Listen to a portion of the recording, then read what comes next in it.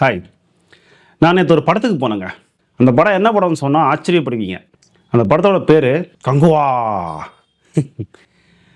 இவ்வளோ பேர் negative comment கொடுத்தது பிறகும் இவன் எப்படி அந்த படத்துக்கு போனான்னு பார்த்தீங்களா? ஆக்சுவலாக என்ன அந்த படத்துக்கு போக வச்சதே அந்த நெகட்டிவ் கமெண்ட்ஸ் தான். எப்படி ஒரு விஷயத்தை பற்றி எல்லாரும் பேசக்கூடிய எல்லாரும் நெகட்டிவாக பேசுவாங்க. ஒருத்தருக்கும் ஒரு விஷயத்தை பற்றி டிஃப்ரெண்ட் ஆஃப் ஒப்பீனியன்ஸ் கண்டிப்பாக இருக்குமே. இதுதான் என்னை யோசிக்க வச்சுது. நிஜமாவே இந்த படம் குப்பையாக தான் இருக்கா? சவுண்ட் அதிகமாக தான் இருக்கா? நிஜமாவே இந்த படத்தில் என்ன பிரச்சனை? போய் பார்த்துடலாம் அப்படிங்கிறதுக்காக தான் போனேன். இந்த படம் நான் போகிறதுக்கு காரணமே படத்தை பார்த்துட்டு வீடியோ போடணுங்கிறதுக்காக தான் போனேன். சரி, போயிட்டேன். எப்படி இருந்தது படம்? ஆரம்பத்தில் இந்த படம் ரஷ்யாவில் ஆரம்பிக்குதுங்க. ரஷ்யாவில் ஒரு ரிசர்ச் சென்டர் ஒன்று இருக்குது. அங்கே நிறைய மனித குழந்தைகளை வச்சு ஏதோ ரிசர்ச் பண்ணுறாங்க. அங்கேருந்து ஒரு பையன் தப்பிச்சு வெளியில் வரான். அவனை தேடி ஒரு பெரிய ஃபோர்ஸ் அவனை தேடி ஓடுது. அங்கிருந்து அந்த பையன் நேராக மும்பை வந்துடுறான். எஸ், ரஷ்யாவில் அந்த ரிசர்ச் சென்டர்லேருந்து நைட்டு தப்பிக்கிற பையன் நைட்டு ஃபுல்லாக ஓடியே நேராக மும்பை வந்துடுறான். எப்படி ரஷ்யாவிலேருந்து மும்பைக்கு ஒரே நைட்டில் ஓடியே வர முடியும்னா ஐ டோன்ட் நோ, பட் படத்தில் அப்படி தான் இருக்குது.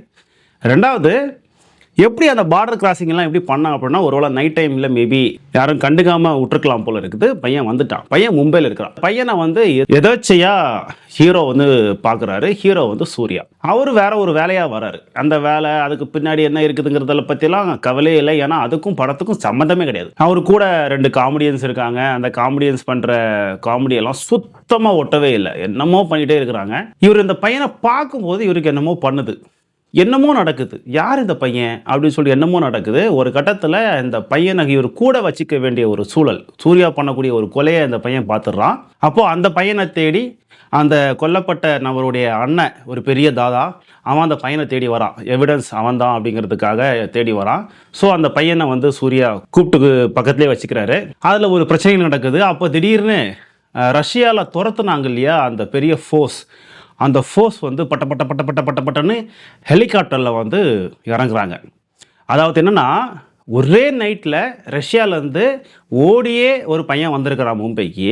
ஆனால் துரத்துனவங்க திரும்ப போய் அங்கேருந்து ஹெலிகாப்டரை எடுத்துகிட்டு ரஷ்யாவில் இந்தியாவுக்கு, அது மும்பைக்கு ஹெலிகாப்டர்லேயே வந்திருக்காங்க. அப்படி வர்றதுக்கு கிட்டத்தட்ட 1 வாரம் ஆயிருக்கு. ஸோ வந்தவங்க பையனை லாக் பண்ணி தூக்கிட்டு போயிடுறாங்க. இவரும் பின்னாடியே போகிறாரு. இது ஒரு கதை. இதெல்லாம் ஏன் நடக்குது? அந்த பையன் யார்? அந்த பையன் ஏன் இங்கே வரான்? இந்தியாவுக்கு வரான், மும்பைக்கு வரான். ஸோ அந்த பையனுக்கும் சூர்யாவுக்கும் ஒரு சம்மந்தம் இருக்கிறத மட்டும் காட்டுறாங்க. அதை தவிர்த்து இதெல்லாம் ஏன் நடக்குது? அந்த பையனை அங்கே வச்சு என்ன பண்ணுறாங்க? அந்த ரிசர்ச் சென்டரில் என்ன பண்ணுறாங்க? அது ஏன் ரஷ்யாவில் நடத்தணும்? இங்கே ஒரு ஸ்டீரியோ டைப் இருக்குது. இப்போது நம்ம ஊரில் பார்த்தீங்கன்னா தீவிரவாதிகள்னு வைங்களேன், அது ஒன்று பாகிஸ்தான்காரனாக இருப்பான், இல்லை காஷ்மீர்காரனாக இருப்பான்.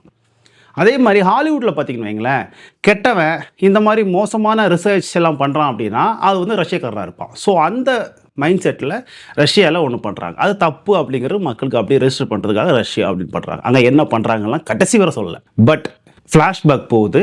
பல வருடங்களுக்கு முன்னால் போனால் அங்கே சூர்யா கங்குவா அப்படிங்கிற பேரில் ஒரு தீவில் வாழக்கூடிய ஒரு குழுவோட தலைவனுடைய மகனாக இருக்கார். ஒரு பெரிய பலசாலி, போர் தந்திரம் கற்றுக் கொடுக்கக்கூடிய யார், போர் பயிற்சி கொடுக்கக்கூடிய யார், ஆண் பெண் சிறுவர் எல்லாருக்கும் போர் பயிற்சி கொடுக்குறாரு.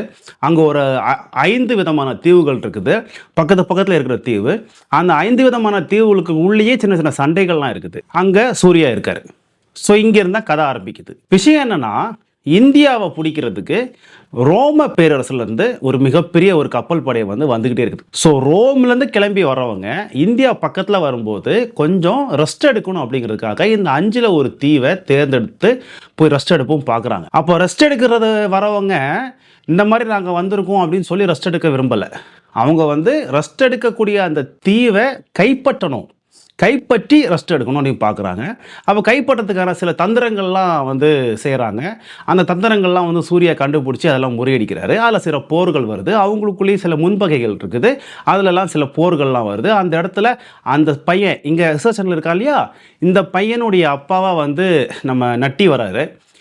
நட்டியை எரிச்சு கொன்றாங்க. அந்த பையன் ரிவெஞ்ச் எடுக்கிறான். தந்தையை கொண்ட சூர்யாவை கொல்றதுக்கு ரிவெஞ்ச் எடுக்கிறான். ஸோ அந்த ரிவெஞ்சு சரியா தப்பா, அந்த ரிவெஞ்சை சார்ந்து சூர்யா ஒரு சத்தியம் பண்ணி கொடுக்குறான் அந்த பையனுக்கு. இது எல்லாம் தான் ஒரு கதையாக போயிட்டுருக்குது. ஒரு பேசிக்லி ஒரு டீசெண்டான கதை, நல்லா தான் போயிட்டுருக்கு. இங்கே இந்த ரோமே பேரரசு வராங்க இல்லையா, இவங்க வந்து சில விஷயங்களை ஆரம்பிக்கிறாங்க, அதில் தான் எல்லா குழப்பங்களும் உருவாகுது. கடைசி வரை இந்த ரோமிய பேரரசு எங்கே நின்னாங்க, அந்த கடலில் வந்து பலாயிரம் கப்பல்கள், அவங்க சூர்யாவோட அப்பா சொல்லுவார், மலை மேலே நின்று பார்க்கும்போது கடலில் வந்து 5000 கப்பல்கள் இருந்ததை பார்த்தேன், ஆனால் இன்றைக்கி 3000 தான் இருக்குது. அப்படின்னா 2000 கப்பல்கள் வேறு எங்கேயோ நகுந்து போயிருக்கு, மேபி அது நம்மளை நோக்கி கூட வர்றதுக்கான வாய்ப்பு இருக்குது அப்படிங்கிற மாதிரியான கான்வர்சேஷன்ஸ்லாம் போகும். ஸோ அப்படி பார்க்கும்போது 5000 கப்பல்கள் இருக்கக்கூடிய வீரர்கள் அங்கேயே தான் இருந்தாங்களா அல்லது வேறு இடத்துல மூவ் ஆகி வந்தாங்களா அப்படிங்கிறதெல்லாம் படத்தில் சொல்லப்படல. இந்த மாதிரி சில டீட்டெயில்ஸ் எல்லாமே மிஸ்ஸிங். இதை தவிர்த்து ஒரு கமர்ஷியல் சினிமாவா கங்குவா எப்படி இருந்துச்சு அப்படின்னா, ஜென்யூனாக சொல்கிறேன், அந்த படத்தை பார்க்கவே முடியலை அப்படிலாம் கிடையாது. சுவாரஸ்யமாக இருக்குது படம். ஃபஸ்ட்டு அந்த 2024 நடக்கிற சில விஷயங்கள் மட்டும் ஒட்டாமல் இருக்குது. ஏன் இது பண்ணுறாங்க, எதுக்கு பண்ணுறாங்க, அவசியமில்லாமல் இந்த டைலாக்ஸ் எதுக்கு, அவசியமில்லாமல் இந்த சேசிங் எதுக்கு, அவசியமில்லாமல் இந்த ஃபைட் எதுக்கு. KS ரவிக்குமார் இருப்பார், அவர் ஒரு தமிழ் ஸ்லாங் ஒன்று பேசுவார், யோகி பாபு ஒரு தமிழ் ஸ்லாங் பேசுவார். அந்த ஸ்லாங்லாம் எதுக்கு அப்படி பேசுகிறாங்க, அதுக்கு பின்னாடி ஏதாச்சும் டீட்டெயிலிங் இருக்கான்னா எதுவுமே இல்லை. சும்மா குப்பை மாதிரி ஏதோ பண்ணி விட்டு ஏதோ ஒரு ஆட் ஃபிலிம் எடுக்கிற மாதிரி எடுத்து வச்சுருந்தாங்க. ஸோ லிட்ரலி அது சுத்தமாக சரியில்லைங்க. ஆனால் இந்த கங்குவா போர்ஷன் இருக்கு இல்லையா, இந்த கங்குவா போர்ஷன் வந்து அழகாக அதுக்கு பின்னாடி ஒரு கதை இருக்குது. அந்த கங்குவா கேரக்டர் டிசைனுக்கு பின்னாடி ஒரு ஒர்க் இருக்குது. அவன் எப்படிப்பட்டவன், அவன் எப்படிப்பட்ட போர் வீரன், அவன் எப்படிப்பட்ட போர் கலைகள் கற்றுருக்கிறான், அவன் எப்படிப்பட்ட ஒரு போர் பயிற்சியாளன், இப்படி நிறைய விஷயங்கள் இருக்குதுங்க. ஸோ அதை தாண்டி அந்த பையன் பழி வாங்குறது, அந்த பையனை இவன் கேர் பண்ணிக்கிறது, அப்புறம் அந்த ஒரு சத்தியம் பண்ணி கொடுக்குறது நல்லா இருக்குது. சின்ன சின்ன இடங்களில் வந்து ஒரே ஃபைட்டை 2-3 ஃபைட்டாக பிரிக்கிறது. அண்ணன் தம்பியை கொல்லுவான், அவன் அந்த அண்ணன் தம்பி கொண்டதை பழி வாங்குறதுக்காக அவங்களுடைய அண்ணன் ஒருத்தன் வருவான், அவன் சத்தத்தை பழி வாங்குறதுக்காக அவங்க அப்பா வருவார். ஸோ இப்படி ஒரே குடும்பத்தை சேர்ந்தவங்க அடுத்தடுத்து போர் எல்லாமே போராக வரும், சண்டைக்கு வர்றது கிடையாது. ஒரு போர் முடியும், அதில் 2 பேர் சாவுவான், 2வது ஒரு போர் முடியும், அதில் ஒருத்தன் சாவுவான், 3வது ஒரு போர் முடியும், அதில் ஒருத்தன் சாவுவான். இப்படியே போயிட்டுருக்கிறது கொஞ்சம் நமக்கு டயர்டாக தான் இருந்துச்சு. ஆனால் படத்தை பார்க்கவே முடியாத அளவுக்கெல்லாம் இந்த படத்தில் ஒன்றுமே இல்லை. ஒன்றும் இல்லாத படத்தை நம்ம ஆளுங்க செம ஹைப் ஏற்றுவாங்க தெரியுமா, படம் அப்படி இருந்துச்சு இப்படி இருந்துச்சு அப்படின்னு சொல்லி ஹைப் ஏற்றுவாங்களே, அதே மாதிரி சின்ன சின்ன குறைகள் இருக்கக்கூடிய ஒரு மசாலா படத்தை ஒட்டு மொத்தமாக படம் சுத்தமாக நல்லா இல்லை அப்படின்னு சொல்லிட்டு இந்த மக்கள் வந்து எப்படி சொல்கிறாங்க அப்படிங்கிறது தெரியல. ஒட்டுமொத்த ரிவ்யூவர்ஸுமே வந்து நெகட்டிவ் ரிவ்யூ கொடுக்குறாங்க, பார்க்கவே முடியல. அப்படி பார்க்கவே முடியாமலாம் அந்த படத்தில் ஒரு காட்சி கூட கிடையாது. ரொம்ப டீசெண்டாக எடுத்துருக்காங்க, நல்லா இருக்குது. அதில் ரொம்ப பிரச்சனையான போர்ஷன் அப்படிங்கிறது வந்து அந்த ரஷ்யா, அந்த கோவா, அந்த மும்பை போர்ஷன் மட்டும்தான் ரொம்ப கொடூரமாக இருந்துச்சு. எதுக்கு பண்ணுறாங்கன்னு தெரியாமல் இருந்துச்சு. கடைசியில் அதில் ஒரு கேமியோ பண்ணியிருக்காரு, கார்த்தி வந்து ஒரு கேமியோ பண்ணியிருக்காரு, அவர் தான் உண்மையான வில்லன் அப்படிங்கிறது. அந்த போர்ஷன் ஓகே, கொஞ்சம் நல்லா இருக்குது. அதுவுமே வந்து ரஷ்யாவில் வரும்போது அங்கேயும் அவர் இருக்கார். 2024 பழி வாங்குறதுக்காக அவர் அந்த பிறப்பெடுத்து வந்த மாதிரி ஒரு காட்சி அமைப்பு இருக்குது. அதில் டீட்டெயிலிங்கெல்லாம் எதுவுமே இல்லை. ஸோ சிம்பிளாக சொல்லணும்னா கங்குவா போர்ஷனில் படம் நல்லா தான் இருக்குது. அந்த போர்ஷன் தான் படத்தில் அதிக நேரம் இருக்குது. ஃப்ரண்டில் ஒரு 20 மினிட்ஸ், லாஸ்ட்டில் ஒரு 5 மினிட்ஸ் மட்டும், 5 மினிட்ஸ் கூட இல்லை. அது அந்த ரஷ்யா போர்ஷன், இந்தியா போர்ஷன் மட்டும் எதுக்குன்னே தெரியாமல் வச்சுருக்காங்க. பட் விஷயம் இருக்குது, பட் அது ஒரு ஆர்ட் ஃபிலிம் எடுத்த மாதிரியான ஒரு ஃபீல் தான் இருக்குதே தவிர, கங்குவா போர்ஷன் படம் பார்க்க ஓகேவாக தான் இருக்குது. ஒன் டைம் வாட்சபிள் படம் தான். அந்த படத்தை ஏன் இவ்வளோ நெருக்கடி கொடுத்து சுத்தமாக நல்லா இல்லை அப்படின்னு சொல்கிறாங்கன்னு எனக்கு தயவுசெய்து புரியலை.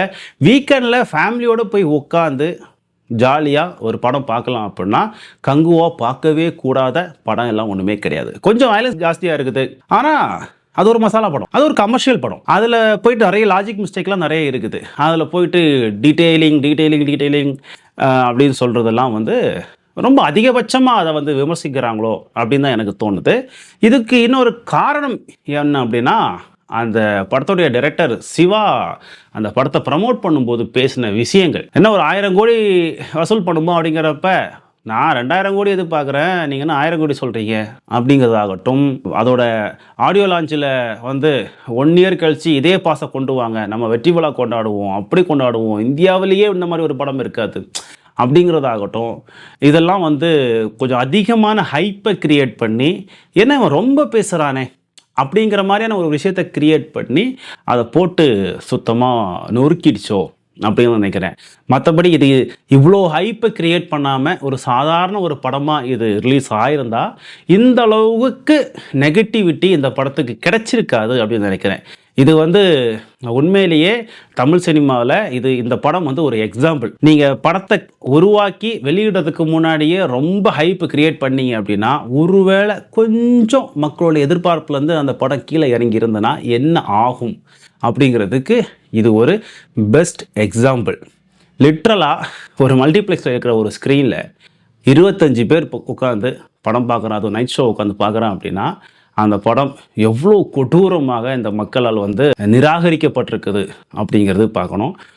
அதே நேரத்தில் ஒருவேளை இந்த ரிவ்யூவை ஒரு 100 பேர் 200 பேர் பார்த்துட்டீங்க அப்படின்னா ரெக்கமெண்ட் பண்ணுங்கள். படத்தை பார்க்கவே கூடாது அப்படிங்கிறத படம் இது கிடையாது.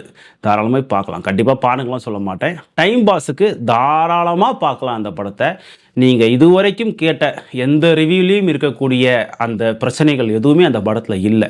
தனித்தனியாக உங்களுடைய ஒப்பீனியனை நீங்களே அந்த படத்தை பார்த்துக்கிட்டு வைங்க. மற்றவங்க சொல்கிறத கேட்காதீங்க. அதை சொல்கிறதுக்காக மட்டும்தான் நான் இந்த ரிவ்யூவே பண்ணுறேன். மற்றபடி நான் ஒன்றும் சினிமா ரிவ்யூவர்லாம் கிடையாது. ஒருவேளை இந்த ரிவ்யூ உங்களுக்கு பிடிச்சிருக்கு அப்படின்னா ஃபார்வேர்ட் பண்ணுங்கள். மேபி நான் நல்லா ரிவ்யூ பண்ணுறேன் அப்படி உங்களுக்கு தெரிஞ்சால் நான் வருங்காலத்தில் மூவிஸ் எல்லாத்தையுமே கூட ரிவ்யூ பண்ணுறதுக்கு நான் ரெடி.